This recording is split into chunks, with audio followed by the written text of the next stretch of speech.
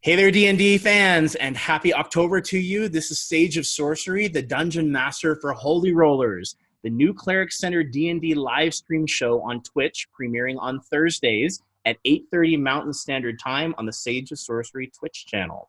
And I am here with the fabulous Jessita, who is here, Jessie, who is here to talk to us about her character, Cailin, and her D&D experiences so we can get to know her. Jessie, how are you doing tonight? I'm doing good. How are you? I am absolutely fantabulous, and as always, Excellent. I am eager to talk about Dungeons and Dragons. So I guess my first question for you, Jessie, is how did you start playing D&D? I am actually the baby of our D&D group. This is actually only my second game. I played briefly with another team that it didn't end up working out, so I waited to find another project where I thought it would be a good fit. Yeah. And I tried a couple different ones, and there's ones that I definitely still want to tinker in. I've got a friend in Scotland that plays, and he's invited me. But at the time, we just started Holy Rollerz. I was like, I don't know if I can do two at once. I'll have to get back to you on that. Yeah. But so this is actually my first full-time game. Yeah. You're like, my dungeon master is very jealous. He's not. Yeah. He's not. Well, no, it's one of those where I didn't want to start with balancing two characters when I wasn't fully, my previous character from my previous game, I knew a lot about her. With Cailin, I don't know a lot about her. Yeah. So I didn't want to be trying to balance two new characters at the same time and give them, both kind of a half-assed job. Yeah. Well, you brought up a really important point, so let's segue on to that. You mentioned that you had a previous game that didn't work out. How important do you feel like it is to find the right group for you? And what do you think that means, the right group for someone? I don't think, of course, people are going to go, but DCA, but just hear me out. Yeah. I don't think you can throw together a group of just random people and have it work. I think that you have to make the game entertaining for everyone, I think you have to make sure that you have the right flow and the right energy. And let's say you were in a game where the DM or the majority of the group just wanted to do pure combat. Yeah. And you are the player that wants to do more RPG. Well, everyone's going to walk away from that dissatisfied because the player with more RPG isn't going to get what they want. The ones that just want pure combat are going to feel hamstringed by the other player. Yeah. And the poor DM is going to be caught in the middle. Yeah. So I do think that it's, unless you're a really, really flexible player and are just open to anything, I think with anything, you have to kind of wait and find your tribe. Yeah. And find where you'll fit in well. Because for me, especially as a player, there's a lot of vulnerability to D&D. Oh, yeah.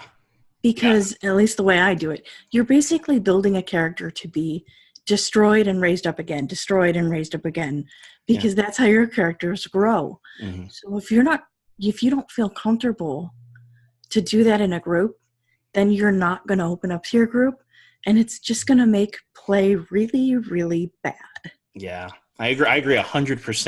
And I think it's interesting, too, because role-playing and different levels of role-play is something that your group has to talk about, and even talking about it, it's a dynamic that develops and changes as you play with your group. Exactly. I'm the one who taught JT, who plays Anduriel, and also Lachlan, or Ryan, who plays Lachlan. I taught them to role play, and I've gotten to watch both of them gradually become more comfortable with role play and what it looks like. So it is a process, not an event, right? Right. Well, and just in case you're going, but DCA, here's the thing. 3 out of the 4 members of DCA had some sort of familiarity with each other. Yes. Holly and Jared knew each other. They were quite close. Nate and Jared had worked together before on another show featuring a card game. The only one that was straight up new was Anna. So 3 of the 4 players already had some sort of connection with each other. They weren't necessarily strangers walking up to a table and saying, let's talk about your innermost fears in game 1. Yeah, so exactly. I think you have to find people that you mesh well with, that either have really good opposite types of humor or really good humor that works together, and people that you're willing to be vulnerable with. Okay, so what's your favorite part of D&D, Jessie? What got you hooked? Well, I actually started watching D&D for many, many, many, many years before I started playing it because I didn't have the gumption yet to be a DM, and it's still something I'm working up to. Yeah. I started watching with Acquisitions Incorporated with Penny Arcade, and I started watching almost 10 years ago. And I think I watched for 8 or 9 years before I even started playing. Yeah. So I knew a lot of how it worked before I started playing. Yeah. So I don't necessarily have big game moments yet, but I can tell you what my favorite episode of Ack Inc. is, which is the bottle episode that happens at Jim Dark Magic's grandfather's house. Yeah. That's one of my favorites too. I love bottle episodes. Bottle episodes are like my jam because everyone is forced in one space.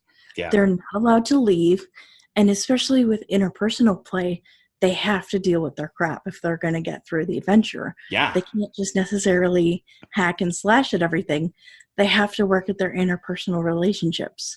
And I love that. So that is definitely probably my, if not number one, top 3 games for me. Well, and that's going to be interesting in Holy Rollers, given the disparate backgrounds that we have and given the wide variety of alignments in our party.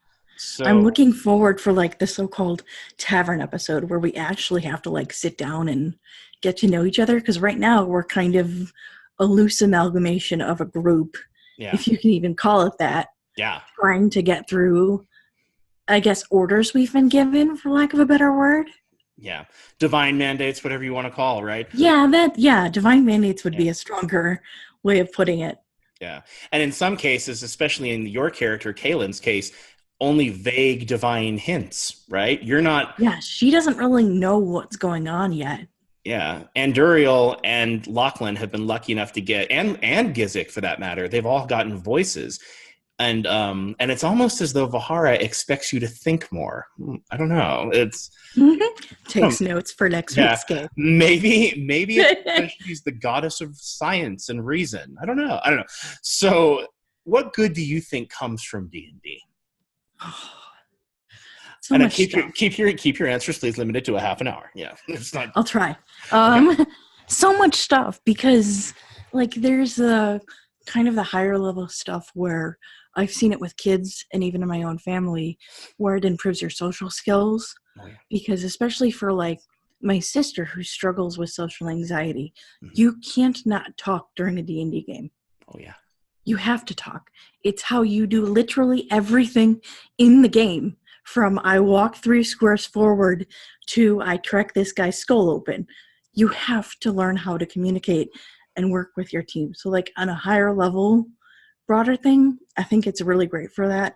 Yeah. And you and I have talked about, I would love to see D&D implemented in more in schools for language, for socialization, for math. Definitely. Like honestly, if someone had taught me how to use a math by, slicing an orc in half, I might actually like algebra as an adult. No guarantee, but it's always a possibility. Yeah, that would have definitely changed my approach to math. Like, the only way you can do this much damage is if you can learn the multiplication table. I will now memorize them, right? Yes, I will now know them all. So and probably on a more low-key personal level, it's such a neat combination of acting and strategy and all of these things combined. Strategy is definitely one of my weak points. So that is something that I'm actually looking forward to getting better at with D&D, because I am not a person that, this is why outlines don't work for me, that thinks one sequential step at a time. It's all the steps together, and I just try to find my way through it. So I'm actually really looking forward to having D&D help with my critical thinking and help with my ability to strategize. Well, as we've talked about before, writing inspiration does not come in a linear fashion, right? It's sadly no. Your brain fires off neurons and you're writing in the margins, and like you've got something from chapter 23 and then something from chapter 4 and then 17. Yeah. And then you get the end. Yeah. So for instance, today I was working on a Holy Rollers intro and I couldn't finish it because in the middle of this lore, I always do a small lore segment. In the middle of this small lore segment, I'm like, da, da, da, da, da. I'm like, ooh, Cailin's idea for Cailin. And I was and then I was writing down. And then, of course, I had a monster power come into my head. And I was like, ooh, I got ready, you know. And that's I totally get that. I have the same problem. It sucks. Yeah. Like, you love it, but it sucks. But grateful for the inspiration, wherever it comes from, right? Yes, yes. So next question. Why do you think it's important for conservatives and religious people to have a voice in D&D? Because we don't have a big voice in the D&D community, right? No, we currently do not, and this is where I irritate people. One of my biggest things, and I can't remember necessarily who I learned it from, if it was Ben Shapiro or Jordan Peterson or one of those other people that people like to hate right now. Yeah. We have such diversity in our country, especially with color, religion, sexuality, you name it, there's diversity in it. Yeah. We don't have diversity of thought. And that, to me, is one of the most critical things. Like, I know, and this is not I have a gay friend type thing. Yeah. But there are people in my social circle that are of different races of me or different sexualities or whatever it is. But when it comes down to it, that's all superficial. And we all want the same things. We want the best for our kids. We want the best for our families. We want to be able to make, you know, a quality living, all the basic stuff that I think everyone kind of shares. Yeah. That kind of washes away all the external stuff. But in a company that champions diversity so deeply, they don't seem to champion diversity of thought. In that way. That's where we get where things get interesting. Yeah. Well, definitely an area to work on, right? Yeah. And it's not that I necessarily think that we should be all screaming at each other, but when you have a company that's purely one point of view, I think creatively you get very stagnant. Agreed. Yeah. And I'm even starting to see that with some of 5e. It kind of feels like the same stuff. Yeah. Getting shelled out over and over again. And I'm like, if you would be willing to challenge your own viewpoints and let some conservative, you know, side of the coin in, I think it would give you a spark because it gives you something to push back against. Yeah, diversity of thought provides, you know, every writer's only got so much in their head, right? That's why writers do research. Yeah. And it's why we give things to, you know, beta readers and friends that maybe this isn't your genre, but would you look through it anyways because it's not your genre. So maybe you'll see my weak points or maybe you'll see spots where you can spice it up. Like I specifically try to send stuff to people that, yes, you want the feedback, especially when you're starting out. You want the feedback where this is somebody's beloved genre and you just need a cheerleader to tell you that you're the greatest thing in the world so that you can get to the end. But then once you get to the end, you come to the realization of, okay, I can't just be giving it to people that are going to blow smoke up my butt. I have to be giving it to people that are going to challenge me as a writer and make me better. Yeah. And I kind of feel like within sort of the worldview of WotC right now, there is no one challenging because they're all sort of in lockstep together. Yeah. And I think it's making them boring. Well, and that's a distinct possibility. I mean, diversity of thought can provide a very different kind of creativity, you know, and it I think it deserves a chance. Yeah. When I say diversity of thought, I don't mean let's go to the far extreme of each side. Yeah. No one's looking for a mobocracy here. Yeah, that's not going to be productive. It's not going to be a useful way to discuss and debate.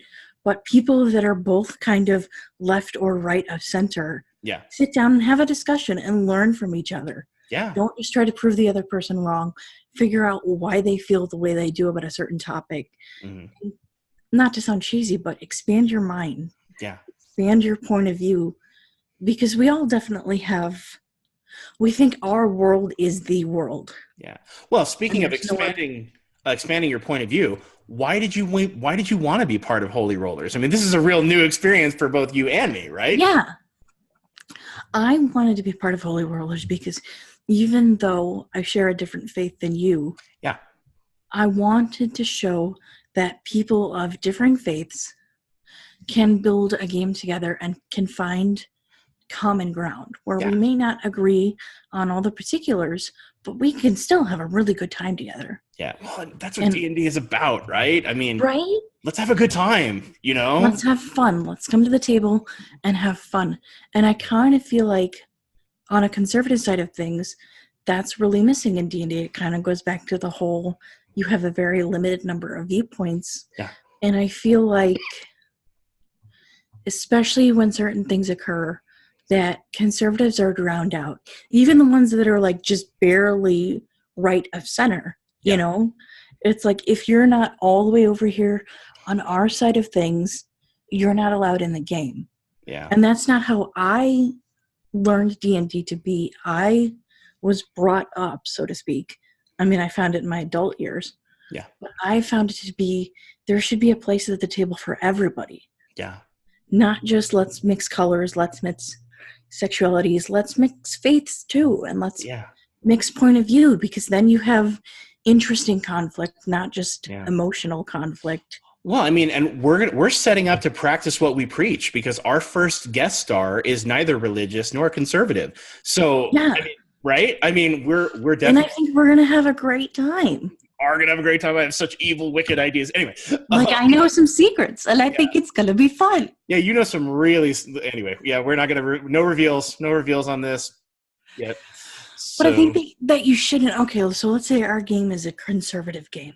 You shouldn't feel scared about having someone that is not conservative or someone that's conservative in your game. Yeah. Because we should all be coming to the table to have a good time. That should always be our core goal. You know, whatever else it is, yes, we stream, and yes, we love having an audience, but my first goal is to make sure that you and Ryan and JT and Jeff have a good time. Yeah.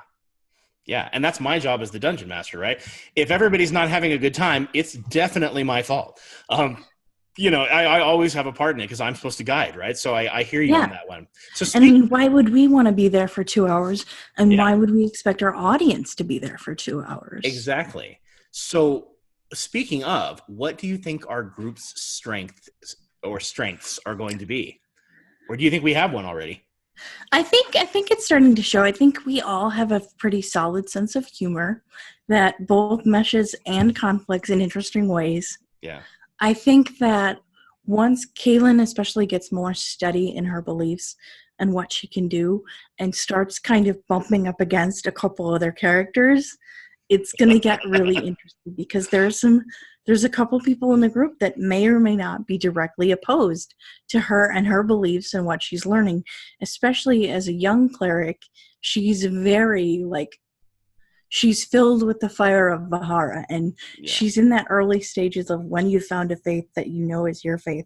You want to go and change the world with it. Yeah, yeah. And that so, the glow of conversion, right? I want to show this to everybody. Precisely. Yeah. And everyone's going to love me, and it's going to be great, and they all want to hear this. You just watch everybody jump into the baptismal font. Like, right? Yeah, we're all like that when we first start out. And we're like that when we get excited about our new thing, too, whatever it is. Oh, exactly. When you get a new hobby, you want to tell everyone about it. Same thing. Yeah, so as we begin the campaign, what are you most excited about as part of the game? I am, because I have a feeling I know who Cailin might get more attached to based on some of the backstories. Yeah. But I have a feeling she's also going to surprise me. So I'm looking forward to who she builds bonds with, how she builds bonds, and how she handles hold on, I got a cough. How she handles a cough. How she handles a cough. I'm looking forward to, because she doesn't necessarily know the role yet that Vahara expects her to play in this whole campaign. Yes. So I'm looking forward to how she handles learning about it and how she grows into it. Because right now, if you told her what Vahara expected of her, she would be like, no, I want to go into that rabbit hole over there and hide. Yeah. I don't want to go towards the advancing army. I want to go in the opposite direction. Yeah. So I'm really looking forward to watching her grow into her faith and becoming stronger and being willing to go, okay, that challenge is over there. Someone has to do something about it. Might as well be me. Yeah, she's definitely in the fight or flight. She's definitely in scared bunny mode right now. Yeah, scared bunny mode. Hardcore. Yeah. She's very hardcore and scared bunny. Yeah. So tell us now, to close out, since we're out of time, what your favorite D&D anecdote is. Oh my gosh. Could be something that happened in our game or something that happened in your previous game, or it could just be your favorite D&D stream anecdote. Gosh. There's so many, but again, my brain is popping into AI. I love the way that Jerry Holkins from Penny Arcade weaves in little bits of lore. And this game is like 5+ years old. So I don't want to hear nothing about spoilers, people. Yeah. When he dropped in one of the first live games with the bards and everything, when they were at the magic circle and they all had to reveal a personal secret to get to escape whatever room they were in, and he dropped the whole lore about losing his sister and feeling guilty and just all of the emotion that he poured in that blew my mind. That was amazing to me. Yeah, no, definitely. Right. I mean well, yeah, if you have not watched AI, it's a bit more of an NC-17 D&D stream. Yeah, it's not necessarily child friendly. I would not bring my children to that stream, but like 15 and up. They're so bare minimum. They're so and it's funny. It's funny because it's just a game, right? Right. At the end of the day, it's people moving characters on a board and talking to each other, but they somehow managed to infuse it with adventure, with humor, and with so much emotion. It really takes you by surprise. Yeah. Well, that brings us to the end of our interview. So thank you so much, Jessie, for spending this time with us. It has been wonderful. Thank you. And catch us on Holy Rollerz on Thursday nights at 8:30 Mountain Standard Time on the Sage of Sorcery Twitch channel. Or you can also catch us on YouTube under search for Sage of Sorcery Productions. And you can even sometimes catch me and Jessie doing the Waffle Press, which is our dice camera action commentary show. Yes. That we have not recorded in a while because it's on a wee bit of a hiatus right now. I think. It's on a hiatus. Jessie and I have mixed feelings about DCA right now. We're struggling, but we love it. We love the players, so we know we'll get back to it eventually. Yes. Yes. And I don't know when this is going to drop live, but if it does drop live or at least get uploaded tonight, tomorrow, Thursday, October 18th, we are having our third live game of Holy Rollerz. So I think some interesting things are going to happen. So please come join us. Well, I know some interesting things are going to happen. There you go. I can't wait to see how you react to tomorrow. So until tomorrow, and we are with us again, this is Sage of Sorcery and Jessie, a.k.a. Nerd in Real Life, saying to you, there are more of us now than there are of them. Have a good night, everybody. Bye-bye. Bye.